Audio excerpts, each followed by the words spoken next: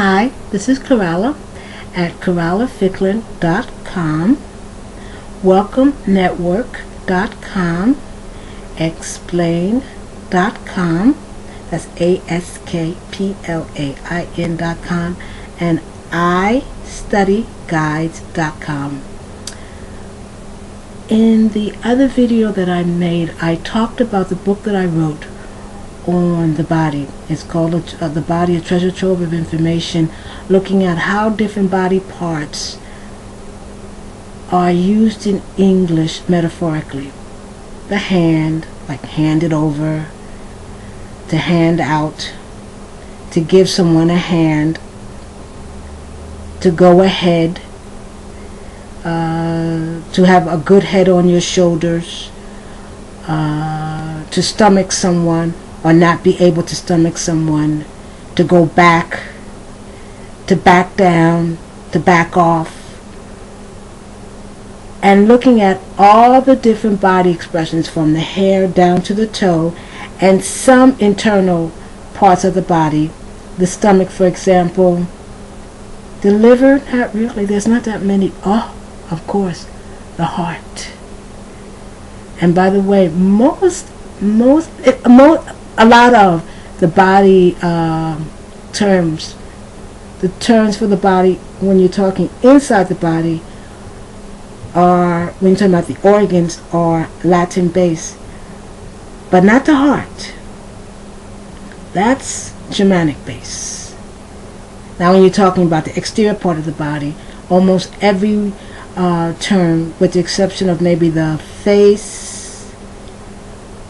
maybe a couple more exceptions, the stomach, that's more Germanic based. But I also wrote another book, and it's called English Metaphorically Speaking, Understanding and Speaking English Metaphorically.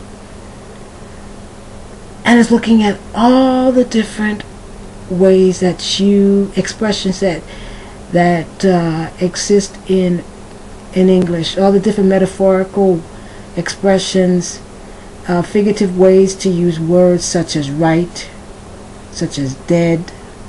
There must be about, the book is about 1,000-something pages, and about 500 of those pages contains expression with the verb to be, and all the different ways, for example, to be a sap, to be a fool, to be on top of the world, to be done with someone, or to be off. Also other verbs that are very common in English. A lot of them are irregular verbs, and how they're used. For example, many of the most important expressions with the verb to do, and many very important expressions with the verb to make. And there you begin to see the difference between to do and to make. Sometimes the verb to do and to make are synonyms, sometimes, but a lot of times you can't use one in place of the other. Other verbs can, that is, to be able to put. One verb in which you have there are about, I don't know, maybe about 30 pages worth of expressions, and each page contain about 10 to 12 expressions, the verb to set. I once heard, now this was from someone from the UK, so I don't know, it could be different in American versus British English, that the verb that has the most expressions, whether you're talking literally and metaphorically, is the verb to set. Now I wouldn't have thought that. I would have thought maybe the verb, I don't know, to do or to make. But anyway, after looking in American dictionaries and British dictionaries and dictionaries from other parts of the world where English is spoken, there's about 20 to 30 pages of expressions, and on each page you have about 12 expressions for the verb to set. expressions for the verb to put, expressions for the verb to take. Also, expressions dealing with color.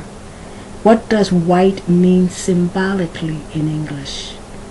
Is it always positive? Because I know most people would think, oh yes, it's always positive. If someone says, you're like white bread, are they insulting you racially? Or are they talking about someone? Are they talking about something else? What does it mean to be white bread? Is it always good to be compared with white? Is it always good to be compared with white when it means innocent? I mean, innocence might be fine when someone is a teenager or when someone is in their early 20s, but what does that same color, when you're compared with that same color when you're 30 or 40 years old? Also black and red and blue. Where do these words come from? The etymology of each word for color, and then how are they used, not just literally, but how are they also used metaphorically? Also food. There's a lot of expressions about where food is used. For example, if I say you're a hot dog, I'm not complimenting you. Although some people would say, yeah, I'm a hot dog and I'm proud of it. Okay.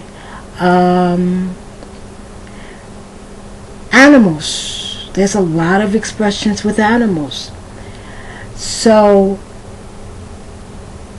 one of the hardest aspects of any language to learn is the figurative or metaphorical meaning of a word, because those meanings are so closely connected to culture.